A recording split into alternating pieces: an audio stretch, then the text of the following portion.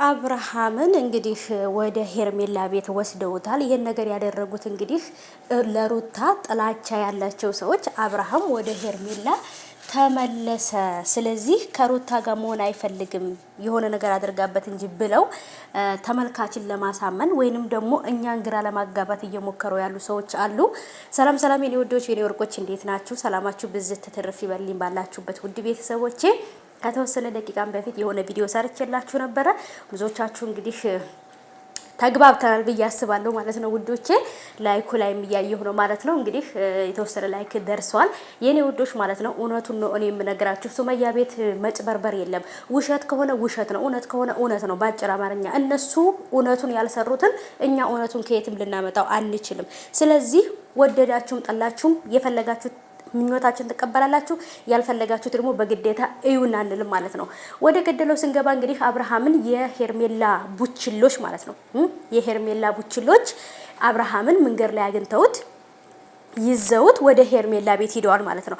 አብርሃም ከወሰዱት ጋር የሚሄድ ከጎተቱት ጋር የሚሄድ አላደለ ሂድ ሲሉት የሚሄድ ተመለስ ሲሉት የሚመለስ ኦሬዲ የታሰረ ውሻ ሆኗል ማለት ነው። ወይንም የታሰረ ይሆናል አይደል? ይሄ ተንቀሳቃሽ ሮቦት ሰው የሚያንቀሳቀሰው እንጂ በራሱ የማይንቀሳቀስ ልጅ ሆኗልና ይሄ ማለት እንግዲህ ምንድነው አሁን ላይ እኔ አንዳንድ ጊዜ ምን እንደምላችሁ ታውቃላችሁ?